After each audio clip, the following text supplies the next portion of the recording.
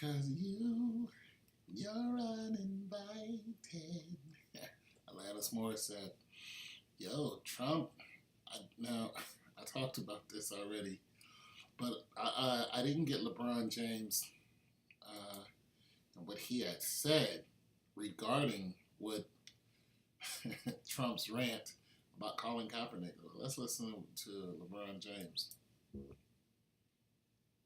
because, you know, him saying something is very important. You look at him kind of asking, the NFL owners to get rid of players off the field because they're, exercising their rights, and that's not right.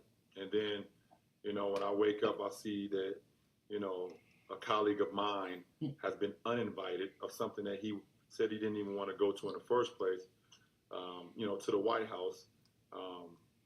That's just something I can't stand for, man. And we got, Why would you Jamil Hill and Colin Kaepernick and, all these people are speaking up, and, it's for the great of cause. It's for us to all come together. It's not about a division. It's not about dividing. We, as American people, need to actually just come together even more stronger, man, because this is a very critical time, and me being in the position I am, I had to voice this to y'all. So, love y'all, man.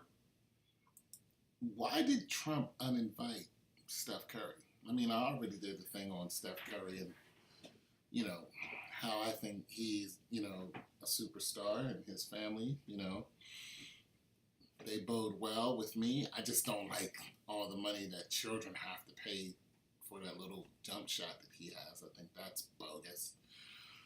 But why did you uninvite him? Why did you, Alanis Morris said Steph Curry, of all people? All I can think of is Steph Curry was hanging out with Obama, right? When he was MVP, right? And he went to the White House because Obama likes to shoot ball, and he, shot some ball with Obama. Let's hear what Steph had to say in return.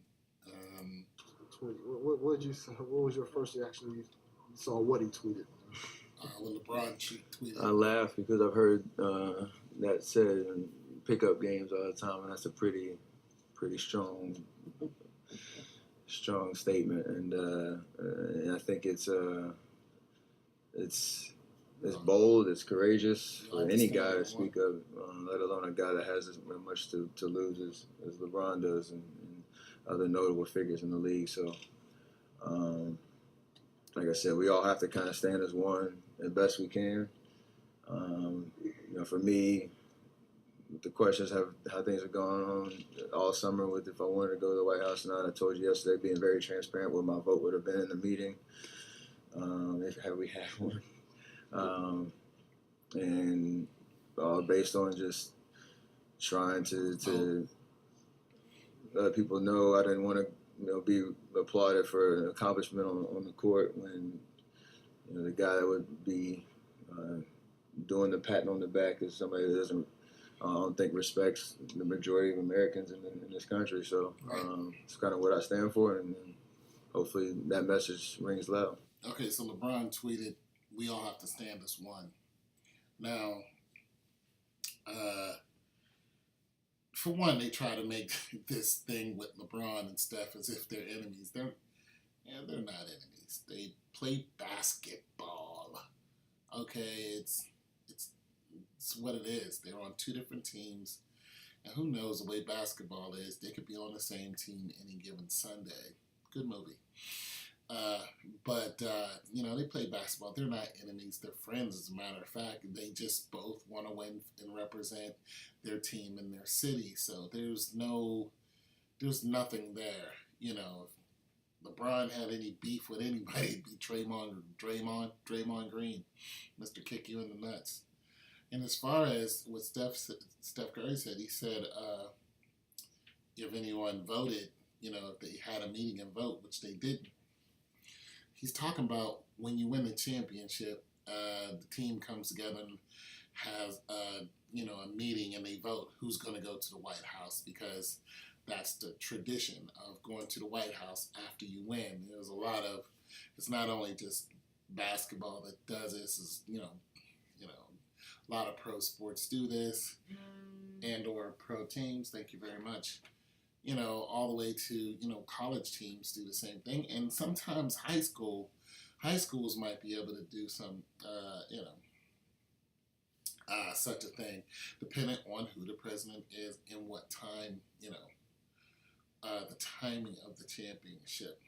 Uh, Meaning if the president is in office and the severity of the day, so on and so forth. So that's what he's talking about. Now, I agree 100%. We all have to stand together, but we can see by the tiki torch carrying people that was running people over and killing them that that's not going to happen. We're not all going to stand together. I mean, it's just bad out here. And so social media and cameras have allowed us to see how bad it is. Listen, people, when we were getting bitten by dogs back, in Selma, back in '68 and all that, and, all the marches, and they would, all the people in the buses, and the buses were set on fire with all the black people in the buses, and they set the buses on fire, white people set the buses on fire, and they closed the doors and wouldn't let anybody get out, and all that other stuff. Listen, the president at that time finally, sent in March. He pretty much sent in martial law. He pretty much sent in the military to stop all these things from happening. But it wasn't because he felt sorry for black people and the white people who died with us. With our people, with our relatives. It wasn't because of that. It was because it was televised. It started getting noticed around the world. And other presidents and leaders were going, why are you doing this? That's why. So this is why social media is important. And LeBron saying we all need to stand together. This is why it's so important to get these messages out.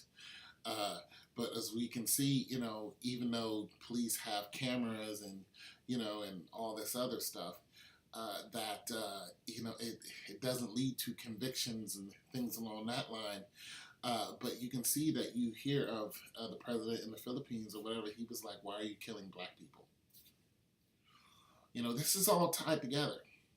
Colin Kaepernick was taking a knee simply because of black and brown people being killed, and the police not taking any accountability for it. All right, so we all need to stand together, but we're not all going to stand together. Heck, some of us are neighbors, and then we would like to, we're doing malicious things to each other on purpose. Every day, wake up, they go, that son of a, so we're not all standing together, and it's a dang on shame. But I do want to thank LeBron for saying that, because he's taking a risk. He's the most important person in basketball. But like I said, it's just basketball. They can X you out and promote somebody else.